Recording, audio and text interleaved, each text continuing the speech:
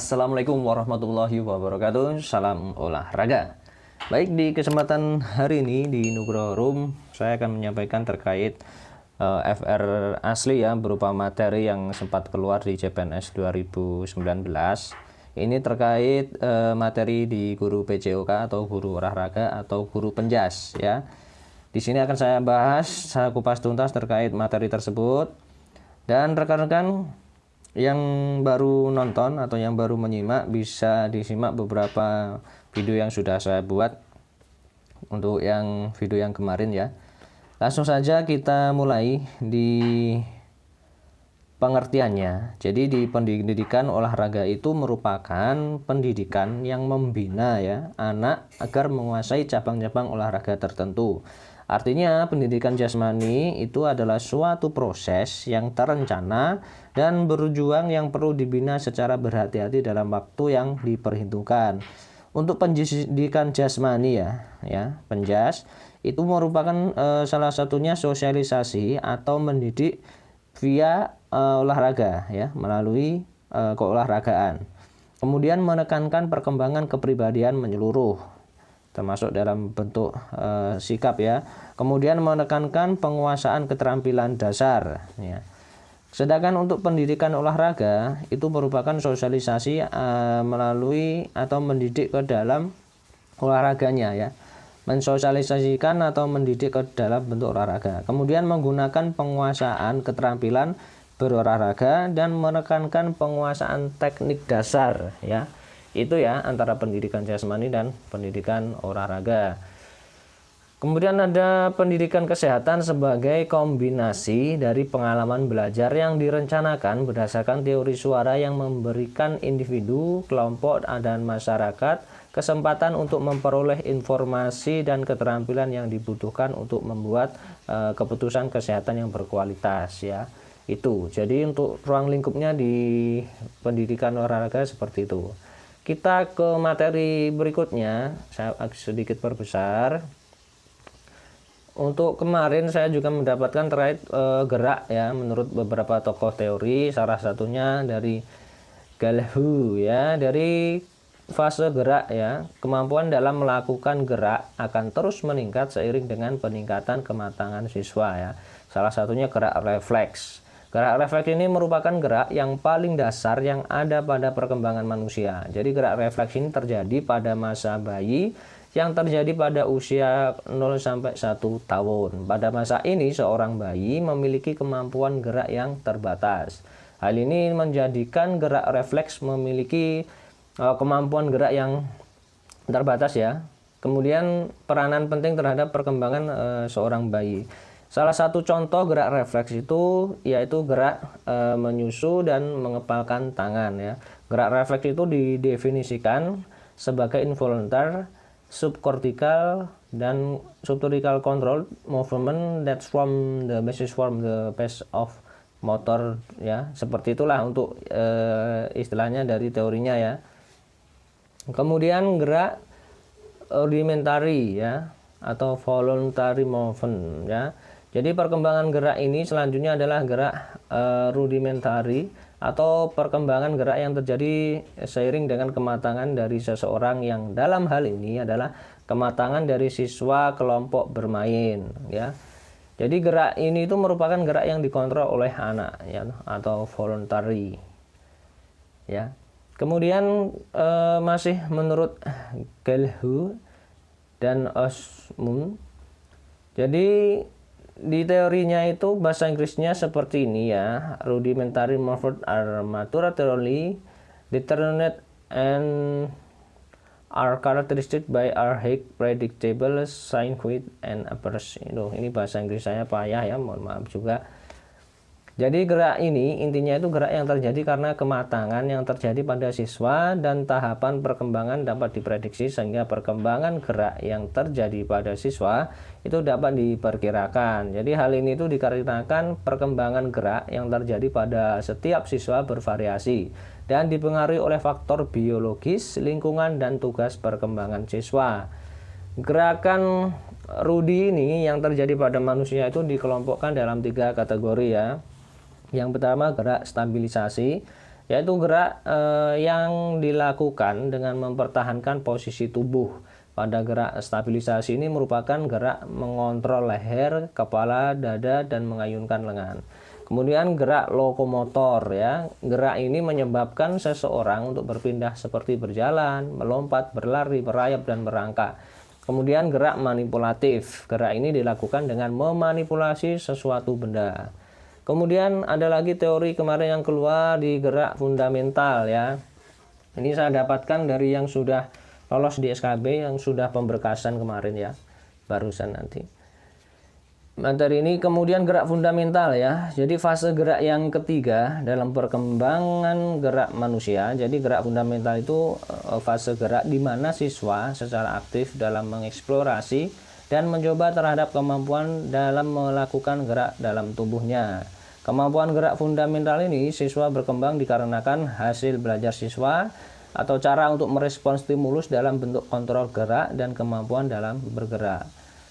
Di teori yang digalui ini juga menjelaskan bahwa fase gerak fundamental ini mengarah kepada keterampilan gerak yang dipengaruhi oleh kematangan dan juga dipengaruhi oleh tuntutan tugas dan faktor lingkungan ya.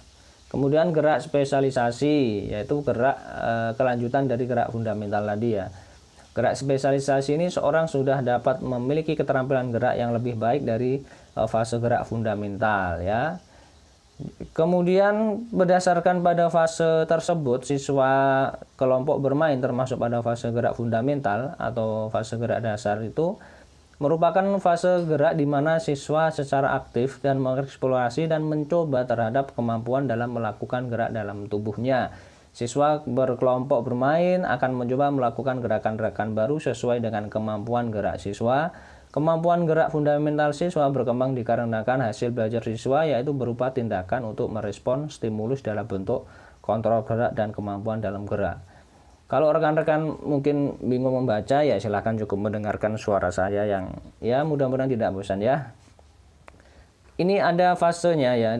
Ini mohon maaf saya begitu kurang jelas juga. Nah ini, jadi fase dan tahap perkembangan motorik menurut Galwi tadi dari sampai janin sampai 4 bulan itu fase gerak fundamental itu pengeroyokan informasi. Kemudian di 4 bulan sampai 1 tahun itu fase penerimaan informasi.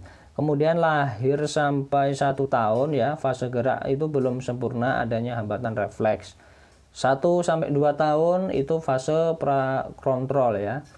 2 sampai 3 tahun itu fase gerak dasar tahap awal ya. Kemudian 4 tahun sampai 5 itu tahap gerak sederhana atau elementary. 6 tahun sampai 7 tahun itu tahap kematangan. 7 tahun sampai 10 tahun itu fase gerak khusus tahap peraihan ya. Kemudian 11 sampai 12 itu tahap penerapan. Kemudian 14 tahun ke atas itu tahap penerapan bermanfaat dalam kehidupan sehari-hari ya. Kalau sudah 14 tahun ke atas. Nah ini kita teori lagi di PJOK juga ada gerak menurut Piaget ya. Jadi masih ada hubungannya dengan behavioristik tadi. Cuma ini lebih ke teori geraknya menurut Piaget ya. Karena menyangkut tahap perkembangan kognitif itu ada 4 ya. Tahap sensorik itu usia 0 sampai 2 tahun ya. Mungkin rekan-rekan sudah memahami ini, tapi saya bacakan lagi ya biar lebih paham dan sebagai pengingat. Tahap sensorik itu usia 0 sampai 2 tahun itu pertumbuhan dan perkembangan kemampuan anak tampak dari kegiatan motorik dan persepsinya yang sederhana. Kemudian tahap pra-operasional itu usia 2 sampai 7 ya, 8 tahunan. Ciri pokok perkembangan pada tahap ini itu penggunaan simbol ya atau bahasa, tanda, dan mulai berkembangnya konsep-konsep intuitif ya. Tahap ini dibagi menjadi 2, yaitu di usia 2 sampai 4 tahun itu anak telah mampu menggunakan bahasa dalam mengembangkan konsep walaupun masih sangat sederhana ya. Kemudian tahap intuitif itu di usia 4 sampai 7 atau 8 tahun ya. Anak telah memperoleh pengetahuan berdasarkan pada kesan yang agak abstrak. Itu masih pada tahap pra-operasional. Kemudian di ketiga tahap operasional konkret itu usia 7 atau 8 sampai 11 12 tahunan. Ciri pokok perkembangan pada tahap ini itu anak sudah mulai menggunakan aturan yang jelas dan logis dan ditandai dengan adanya fleksibel dan kekakalan ya. Kemudian tahap operasional formal itu usia 11 ya 12 sampai 11 18 tahun ya.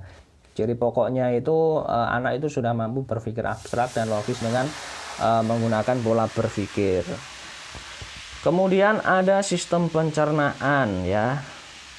Ini rekan-rekan hafalkan, rekan-rekan pelajari, silahkan cari sumber referensi ya, banyak ya di internet. Jadi seperti ini sistem pencernaannya.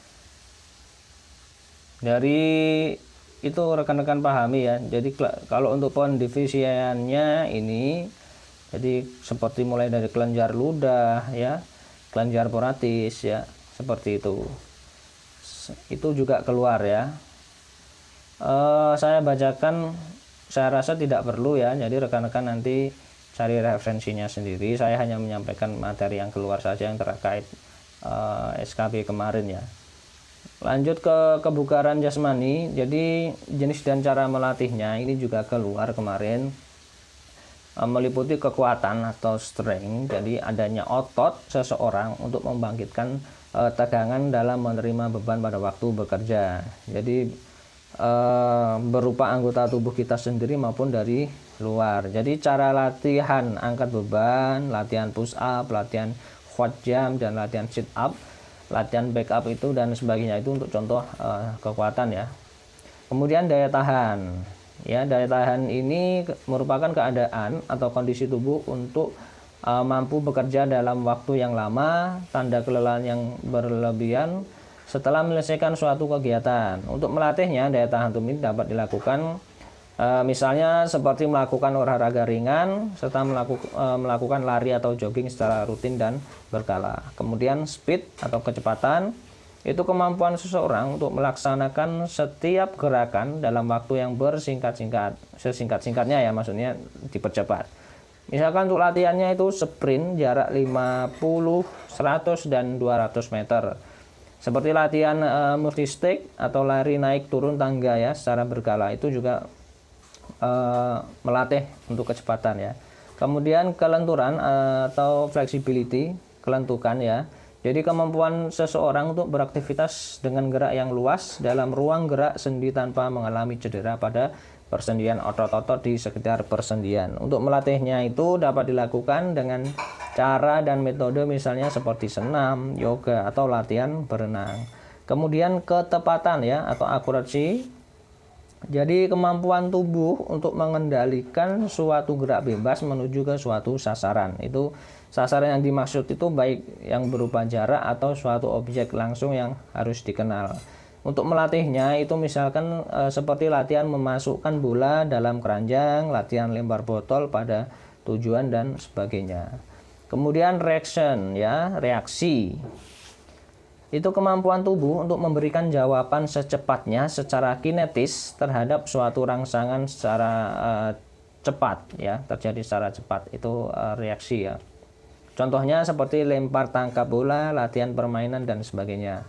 Kemudian ada keseimbangan ya, balance, kemampuan untuk memelihara posisi tubuh secara tepat baik pada saat bergerak maupun diam. Untuk metodenya latihannya gimana?